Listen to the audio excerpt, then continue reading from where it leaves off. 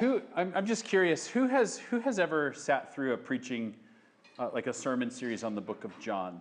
Has anybody ever, besides this one, sat through the book of John before? You have. What's that? Not the whole thing, some of it. I don't think I've ever sat through a sermon series. One of the things that I am finding as I study through it is that I'm like, have I ever read this book? Which of course I have. It's like my favorite. It's can you have a favorite gospel? I don't know. I do. It's like my favorite gospel. And then as I'm preparing this week, I'm thinking, wow, I recognize one of these verses, but the rest of them, I wonder if I've ever walked through this before. And I have read through it, but I've never thought about it. I've never spent time on it. And so I just found this really interesting. I hope it's interesting for you guys. We will make it through John at some point if Jesus doesn't come back and if I live and if Choice City keeps moving forward. But I appreciate your patience as we do it. I know that we could do a bunch of different kinds of things for sermons on Sunday mornings. You could have a bunch of different approaches. I feel really compelled to just walk through books of the Bible because otherwise I would get locked into things that I really care about, and I would probably stay on those topics. What this does, as I've said before, is it forces me to deal with this passage and deal with this passage and deal. I had to preach last week on the passage where it says that some branches will be cut off. Who signs up for that? Who's like, you know what I really feel like preaching on today? Anyways, I just appreciate your guys' patience as we work through it.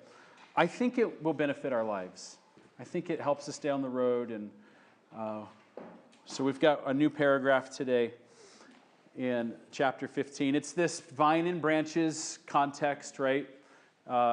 Pretty familiar to us, at least the vine and branches part. And what we saw last week was that when you abide, all kinds of great things happen.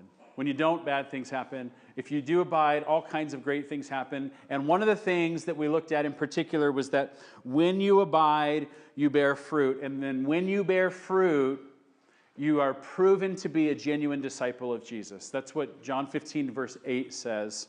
By this my Father is glorified, that you bear much fruit, and so prove to be my disciples. You bear fruit, and it proves that you're my disciples. So bearing fruit, and we're not talking about perfection here. We're not talking about a perfect life of obedience. We're talking about a person who has really genuinely been impacted by the Lord Jesus Christ. They believe in him, and they are changed by him. They start bearing fruit. They start resembling Jesus. They're conformed to his likeness. When you bear fruit, it's evidence that you're tapped into the vine, that you're attached to him.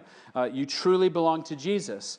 What we're going to look at this week is going to kind of continue this theme of when certain things are happening in your life, it proves something about your relationship with Jesus.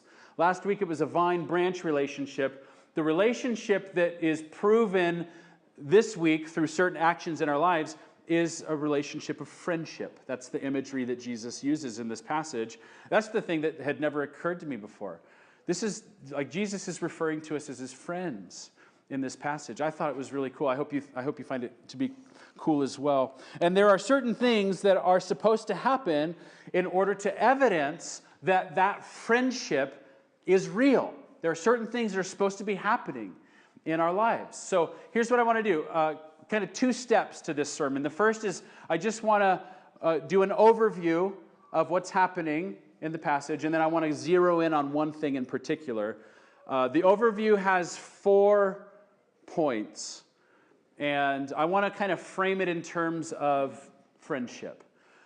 Here are 4 things that can be said about having a true friendship with Jesus. And here's the first thing. True friendship with Jesus means that Jesus gives us the scoop on God. True friendship with Jesus means that Jesus gives us the scoop on God. Jesus reveals to his true friends what he heard from the Father. Look at verse 15, John 15:15. No longer do I call you servants, for the servant does not know what his master is doing, but I have called you, what? Friends. For, or because, here's why I'm calling you friends, because all that I have heard from my Father I made known to you. This is Jesus' definition of friendship, at least in this passage. This is how he's defining friendship. I reveal to you what's going on regarding the Father. I do that for my friends. That's what identifies you as my friend, is I bring you into the loop. I let you know what I heard from the Father. I disclose those things to you. I take what was previously hidden from you and I make you aware of it. My friends are not like servants, or they're not like slaves, the word could be translated. My servants are not like slaves who are just commanded to blindly perform their duties. Instead, I give them access to what's going on so that they're not in the darkness any longer. I bring them into the light. I make them aware of things so that they can understand the truth about God, and they know not only His commands, but they also know the heart of God. I want you to know the reality about the Father. I want to give you the scoop. That's what Jesus does for those who are truly His friends. And by the way, that's more than just a data dump. It's more than just like, I'm just going to give you information. There is a profound, life-shaping understanding that Jesus gives to His true friends. It is a spiritual eureka for the mind and for the heart. Like I see, I understand. He makes the Father known. Oh! You see what I'm saying? It's not just info transfer. It's revelation. It's insight. It's awareness. All that I have heard from my Father, I have made known to you.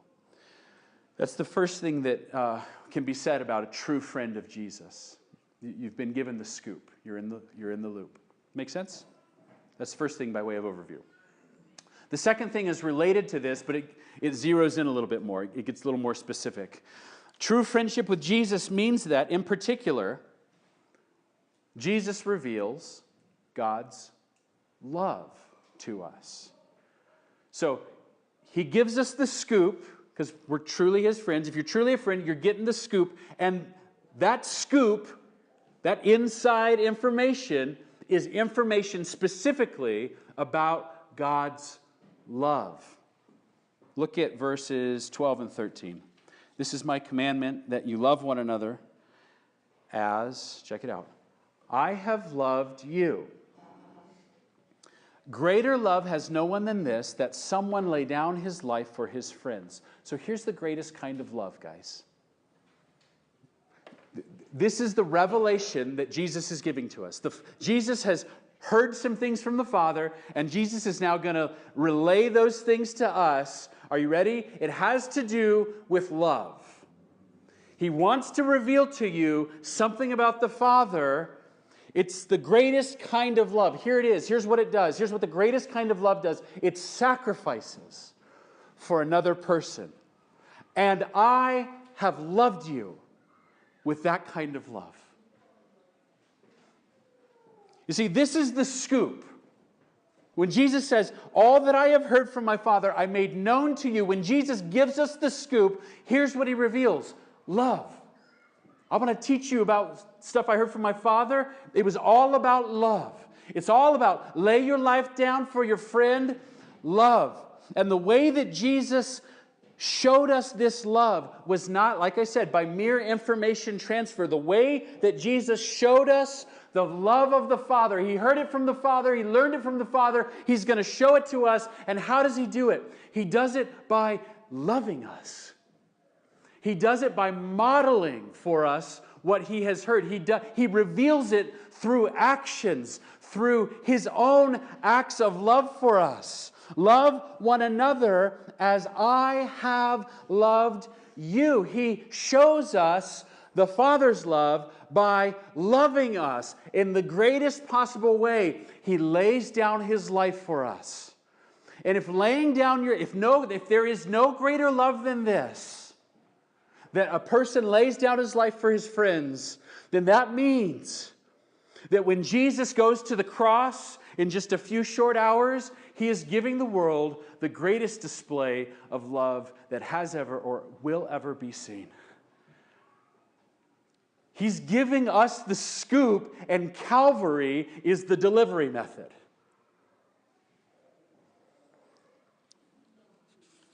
When you look at the cross,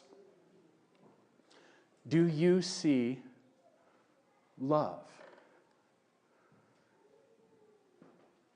Ask yourself, when I hear about the message of the cross, when I hear about what Jesus has done, do I see love? Is that what is being revealed to me?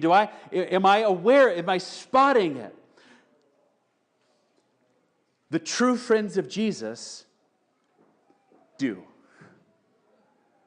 The true friends of Jesus look at Calvary and they see Jesus showing us the Father.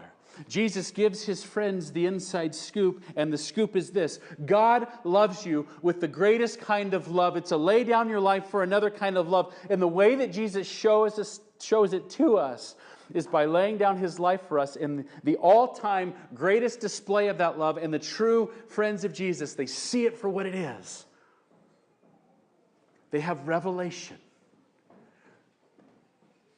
They don't fail to understand the cross. A lot of people, when they see that cross, they don't see love. They see a lot of other things. They see a failed mission, or they see a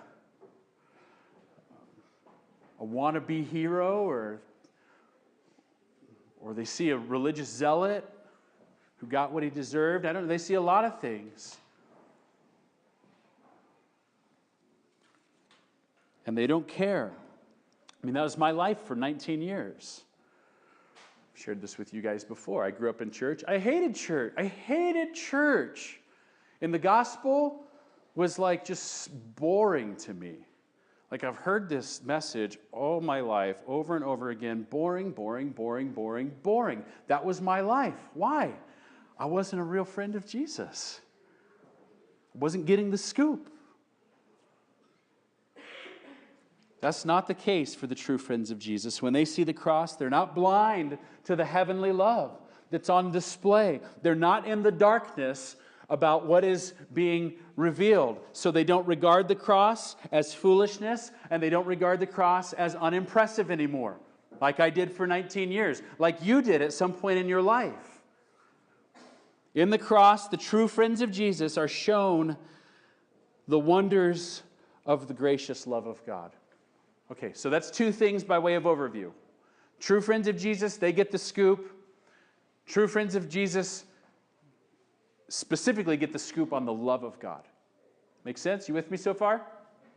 Okay, third thing by way of overview.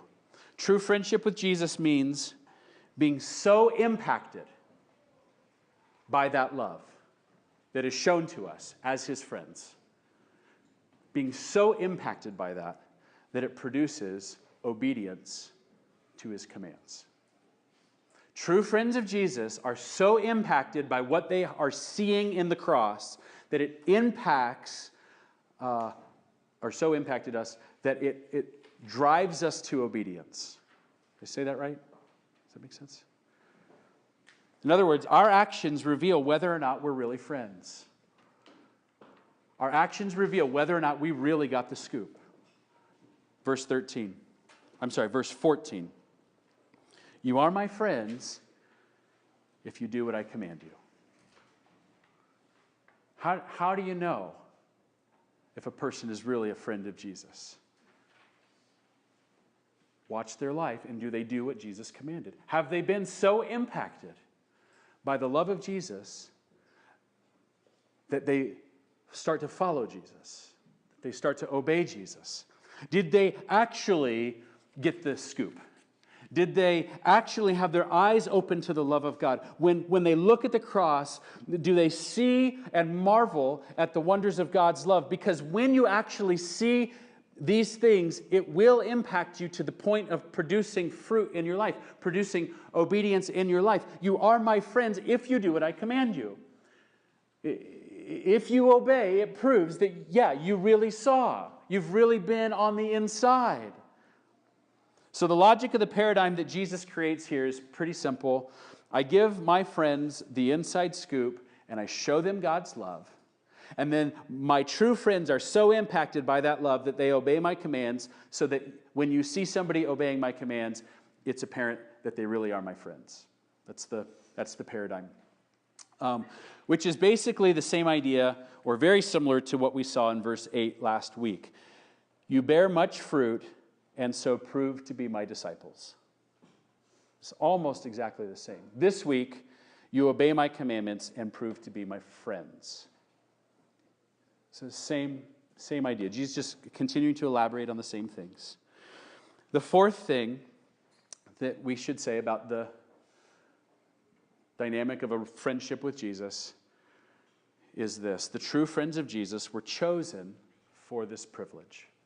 The true friends of Jesus were chosen for this privilege. Verse 16.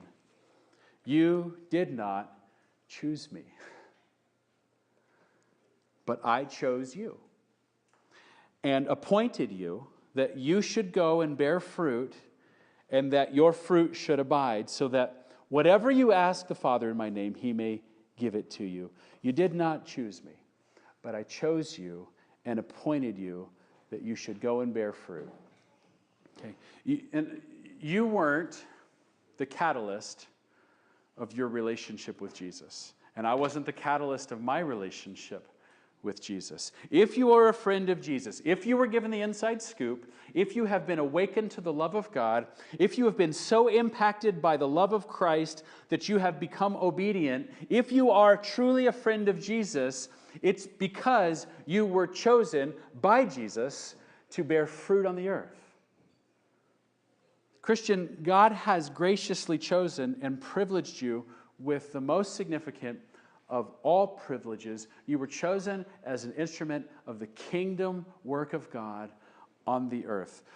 Through you, Jesus has an intention to bear fruit on the earth. You were chosen for it, awakened for it, brought to the point of obedience, so that you would bear fruit here on the earth. Through you, he intends to make his mission advance.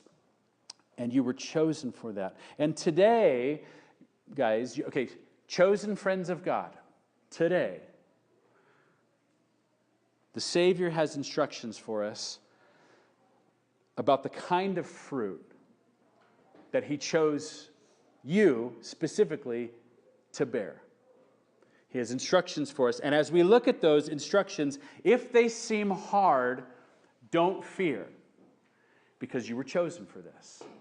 If what we're about to look at seems to you like the kind of thing that you're not going to have the strength to do, don't be afraid, because you were chosen for this very purpose. If you look at the things today that Jesus wants to talk to you about, and he says, this is the kind of fruit I want to see in your life, and you're saying to yourself, I've never been able to do that on my own, don't fear, because you were chosen for this. Jesus chose you, and therefore Jesus himself will provide the strength for you to do these things as you abide in him. Jesus himself will help you not help you. Jesus himself will produce this fruit in your life as you abide in him. Jesus himself will give you courage to do what he's calling you to do as you abide in him. We have a job.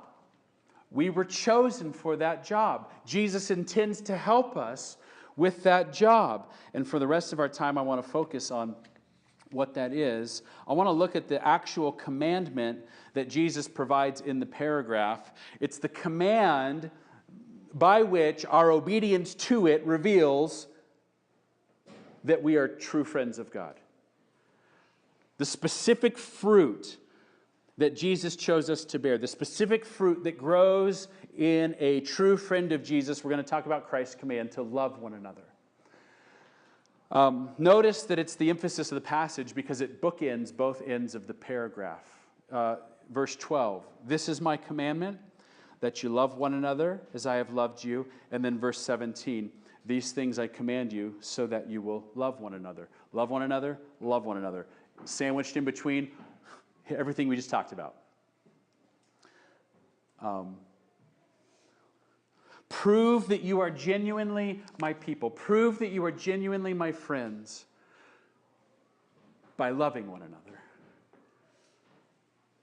Let this fruit come forth from your lives. Love one another. You were chosen by Jesus Christ to be instruments of his purposes on the earth, and those purposes go forth as we love one another.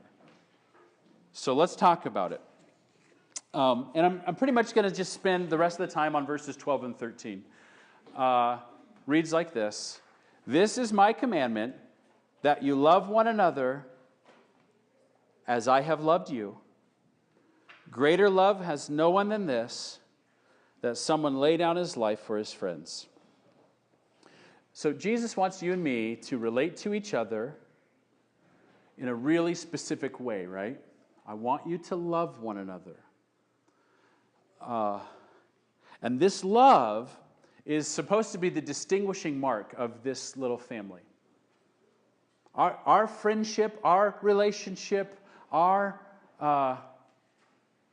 relational dynamic is to be marked by this characteristic, love for one another. The whole community is supposed to emanate this. You may remember back in chapter 13, Jesus said to the disciples, a new commandment I give to you, that you love one another.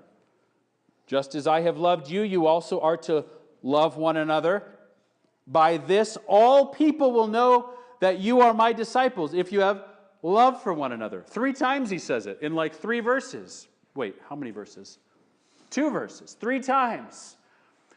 The world will know that you're my disciples when you do this. Again, your identity is proven by this. The world will even be able to know whether or not you're the real deal by whether or not you love one another. And when we do that well, the world looks upon that Christian community. We talk about, what's our strategy? We gather and scatter as a Christ-like community. We're talking about this. We're talking about the flavor of Jesus, the flavor of love. It's a distinctive characteristic of a genuine Christian community. It's really important for us, isn't it?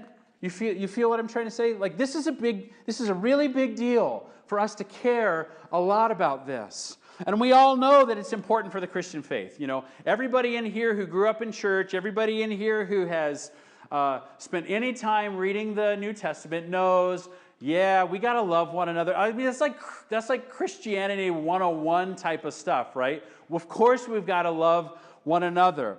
But familiarity can sometimes cause us to rush through things that really should be reflected upon. And so I want to think about it for a few minutes, because even though it's 101 in theory, loving one another is a whole nother issue in practice. I know it's basic, but loving one another is really hard to do. You want to do what Jesus commands you to do here. We're talking about something that's very difficult. In fact, think about this with me. I think this is right. Test it. May be wrong. But I think this is right. If our love for one another is proof that we really are the friends of Jesus, then you can't do this without him. It would be impossible to do what Jesus is calling us to do if you're not a friend of Jesus. Because when you do it, it proves that he gave you the scoop. It proves that you're on the inside. In other words, the kind of love that Jesus is calling us to in this command, the kind of love that's supposed to be the distinctive characteristic of our community, is impossible apart from supernatural power. The way that you and I are supposed to care for one another is not of this world. It doesn't belong to this age. We may see things in this world that kind of point to it. We may see things in this world that resemble this kind of love, but what we're dealing with here, what Jesus wants to produce in our lives, is something that belongs to another age, another world, a new creation. Love one another, and it's not easy to do. In fact, what I'm suggesting is that it's not natural. And what I mean by that is that our natural flesh will not incline toward this command. When we understand what Jesus is really saying here, when we understand it, your natural humanity will not like it, will not incline toward it, will not want it. The flesh, this does not have a good relationship with the flesh, because it's not of this world. This kind of love is not of this world. This kind of love is not of the flesh. Verse 13, Jesus explains the greatest kind of love to us. And in some sense, it's kind of a definition of love here. Greater love has no one than this, that someone lay down his life for his friends. So I have life. You have life. And I give mine up to benefit yours.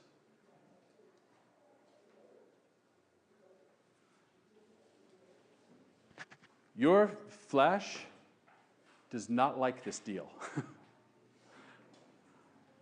A couple things that we see in this definition that make it very difficult for us, very unnatural for us, very impossible for us in the flesh to do what Jesus is calling us to do. A couple of things. First thing that makes it difficult and unnatural is that the call to love others means that I have to give up something that in my human nature I love more than anything. Me. I have to give up me. And see, my flesh loves me. I'm so great. I must lay down my life, but I love my life. I mean, I'm committed to my life. I value my time. And I want to use my time for me and the things that I want. And I value my money. And I want to use my money for me. I value my energy, and I want to use my energy for my own sake. I value my comfort. I want to use all of my resources. Anything that belongs to me, I want to, in my flesh, I want to use all of those resources to secure my own comfort. And you do too. It's just easier for me to say it to you if I'm letting you know that this pastor is not exempt from this dynamic of the heart. So when Jesus says, Jeremy, lay down your life for somebody else, my flesh will resist effortlessly. I mean, I don't have to practice it. I don't have to meditate on it. I didn't have to work for it. Nobody had to teach this to me. Who in here taught their kids to say, mine? Nobody, right? But in the heart, there is this insistence that, like, I don't want to give away. I want to keep mine. You don't have to teach yourself that. You don't have to teach your kids that. Why? Because the flesh is hardwired for it. You love yourself. I love myself. I will fight for myself because I'm so in love with me. Do you know this about yourself? Like, do you remember this is the truth about you? Do you know that this is the truth about your children? I see.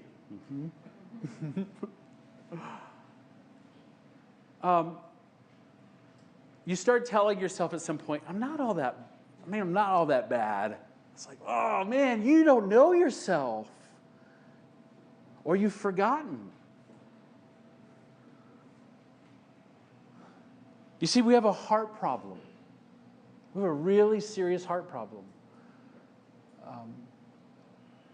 And that makes it hard. In fact, it makes it naturally impossible. When you become a Christian, you're given a new nature. And for a season, as long as you're in this earth, your new nature and your old nature are living in a battle zone called your body. So, before you become a Christian, it's impossible to love like this. When you become a Christian, it just becomes hard.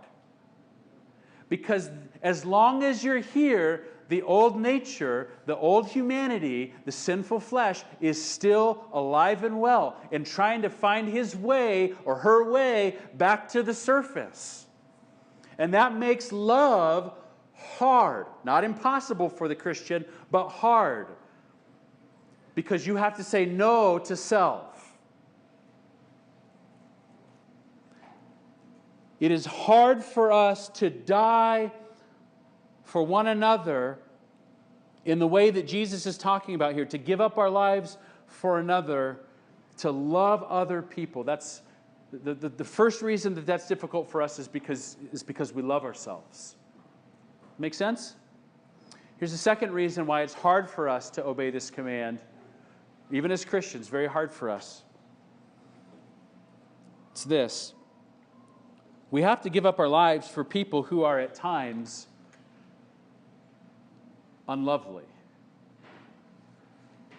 Here's what I mean. The people, look around. Look at your neighbor. Look at the people around you. Go ahead. I know it'll be awkward for a second, but just try and make some eye contact. Do a little winky, wink. Okay. The people in this room that you are called to love are wonderful people. And they are flawed people. They make mistakes. They make bad mistakes. The people in this room that you're called to love are wonderful people, but sometimes they're tired and they're zoned out and they don't respond well. Sometimes they're lazy. Sometimes they are forgetful and they let you down. Sometimes they are angry. Sometimes they're foolish. Sometimes they're hateful. Really. That's what's going on. They're battling the same selfish tendencies in their own lives that you're battling in yours. And the fact is, we're just very messy people. There's a reason why Jesus calls us sheep. Right? You're like a barnyard creature. It's not a compliment. It's not a compliment. We're messy. We're messy people, right? And here's what Jesus commands. Give your life up for that person. When Jesus is up on the hill and he looks out and he sees this massive crowd of people and he has compassion on them because they're like sheep without a shepherd. Well, you know what that means? Those sheep have been doing all kinds of who knows what. Imagine this. There's a crowd of thousands of people. How many of those men have done horrible things in their communities, in their families? And Jesus had compassion on them. Jesus says, I want you to love them. And the flesh is like, why? I got to give up what I love most, me, in order to benefit them, that person. The flesh does not like this deal. Bad deal. Bad deal. Loving one another is not easy. It's a miracle, is what it is. It's a miracle. To do what Jesus is calling us to do here is a miracle. And here's the miracle. Somehow, Jesus can break into our lives and He can free us from slavery to self. He can free us from the disdain that we feel for other people by actually producing within us a compassionate, gracious, kind desire to lay our lives down for them so that we actually want to do it. We actually want to do it. That's a miracle that you would want to be able, that you would want to do that. You would want to serve this person. You would want to lay down your life. You would want to lay down your life for them. It's a desire that Jesus can produce, and that desire is called love. Love is not merely the action, and love is not mainly the action of laying down your life.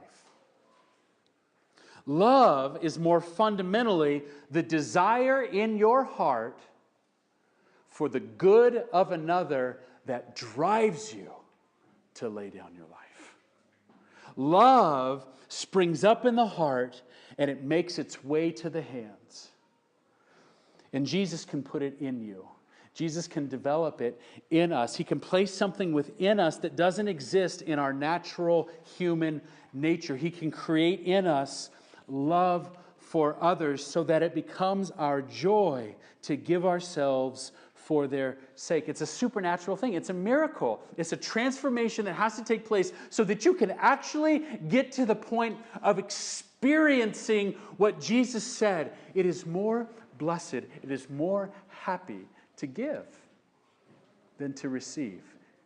He can make you actually feel that. It's better, it's happier to give than to receive. That's a miracle because it overcomes mine in the heart. And it's the miracle that makes the Christian community go round. There is no Christian community without this. You hear what I'm saying? There is no Christian community. We will not be the Christ-like community that is necessary for our strategy. We will not be a Christ-like community without this.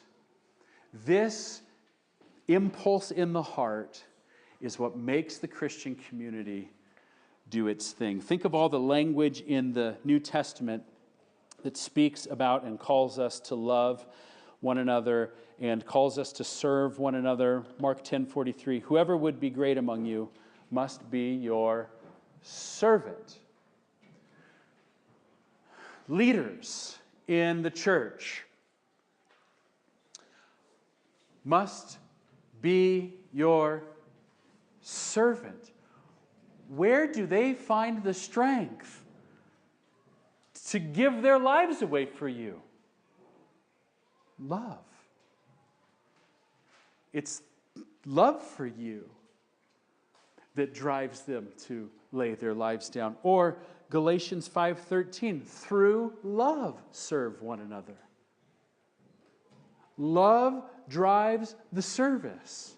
Or Ephesians 5:25, husbands, love your wives as Christ loved the church and gave himself up for her. Love her and give your life up for her. The Christian community is a community of supernatural, lay down your life for others, love. And so I think this is the million-dollar question. How do I cultivate it in my life? How do I pursue the miracle of having a heart that delights to give over receiving? How do can I do anything to help cultivate in my heart love for others that drives me to lay my life down for others? And win in the battle raging within me as self is trying to rise up and rule me, so that I'm not living for self and I'm not ruled by disdain for other people. I'll close with these two answers, and I still have like 3 pages, so I'm closing. I probably have 5 or 10 more minutes. How do I grow in Christian love? 2 practical takeaways. Number 1, reflect on Christ's love for you. How do I cultivate genuine Christian love? Number 1, reflect on Christ's love for you. Verse 12 says, love one another as I have loved you. So you're not the trailblazer. I don't trailblaze this path. I'm not the one who has to get out there and establish what love looks like.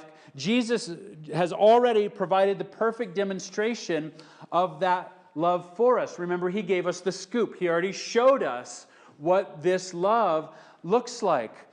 And our ability to love others requires that we first take a good look at what he did for us. Take advantage of the friendship. Listen in to what he has revealed about his love through the cross. The miracle of love in my heart for others cannot happen unless I first know that I am deeply loved by the Savior.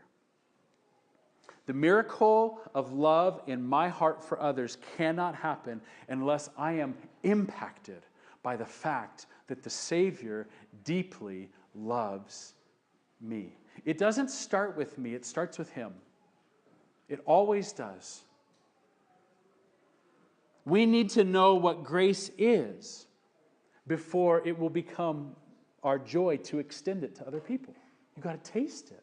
You need to know the experience of kindness and the experience of being forgiven and cared for when you don't deserve it, if you're going to joyfully extend kindness and mercy and forgiveness to other people who don't deserve it. You've got to taste it first. I can be gracious because I've tasted grace. I can be merciful because I have received mercy. And I can love because I have been loved. This is where the miracle begins. Love one another as I have loved you. Remember the good news, right? Remember the gospel. Discipline yourself to think about and celebrate the gospel. Question for you. How will you do that this week? Like, oh yeah, that's good. Okay, great. I'm glad it's good. What will you do this week to make it a priority to bask in the love? Because if you don't, you won't. If you don't bask in the love, you're not going to be like filled up and ready to love other people. And this is supposed to be the mark of our community. So you've got to get your eyes on Jesus. What will you do this week to celebrate the gospel? What's your plan? What's your game plan? How do I grow in genuine Christian love? Answer number 1, reflect on Christ's love for me. Answer number 2,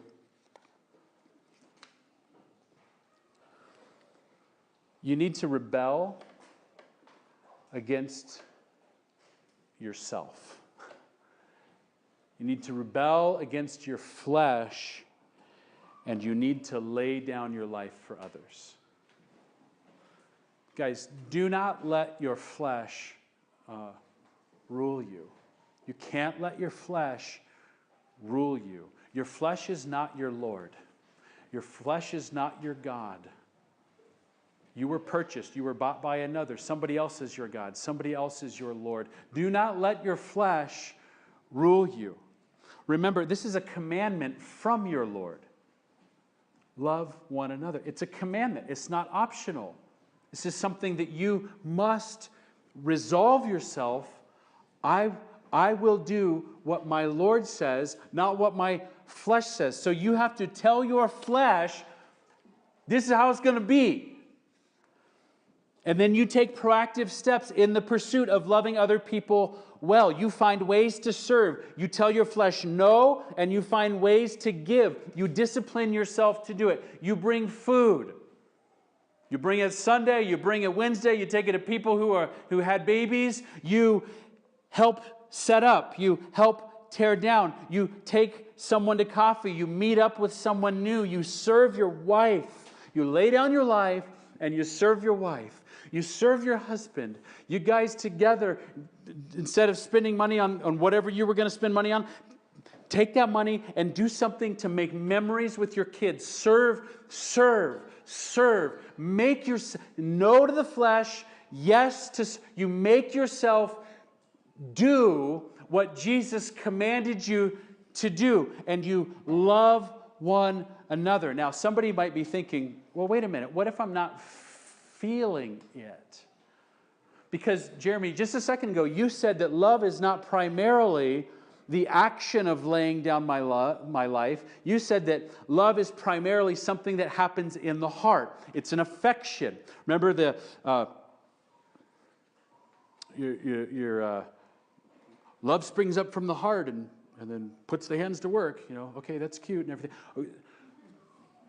So it sounds like you tell your flesh no, and then you obey. It sounds like what you're saying is that I need to get the hands moving even if my heart isn't there.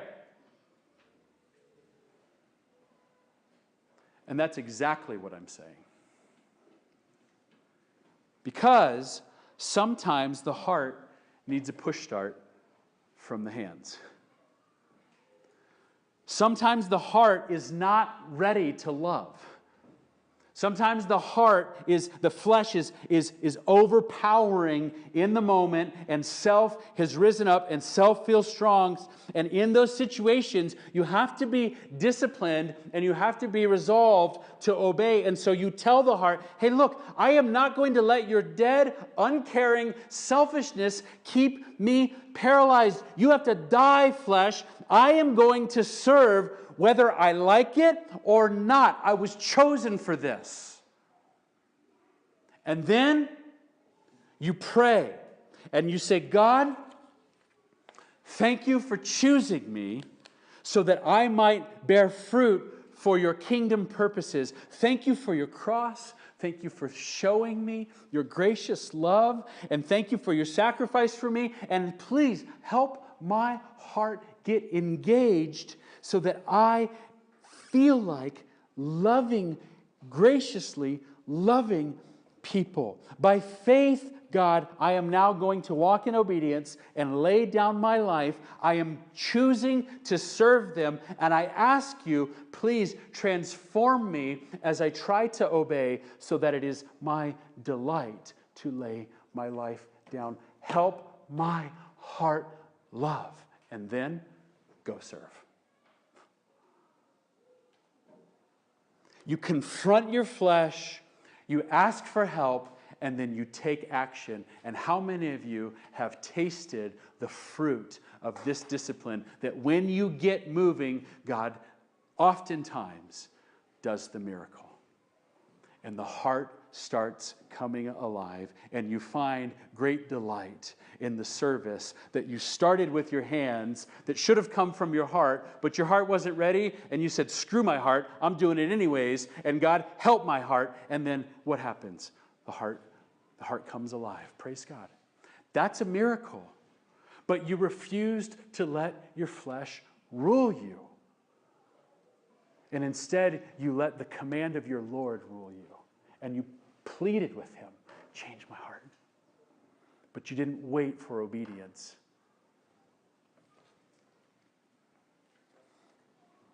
How do we cultivate this love? You reflect on Christ's love for you, and then you rebel against your flesh, and you take action and lay your life down for others. And if we do this, we grow in Christian community. We grow as a Christian, Christ-like community. We will cultivate that Christ-like community. It will become clear that we are the friends of Christ, and we will be used to bear lasting fruit on the earth. Guys, through you, God intends to do great things. Through you, God intends to bear great fruit on the earth. Great fruit, not grapefruit. And through you, his mission will advance as we love one another. Is that good? That's good.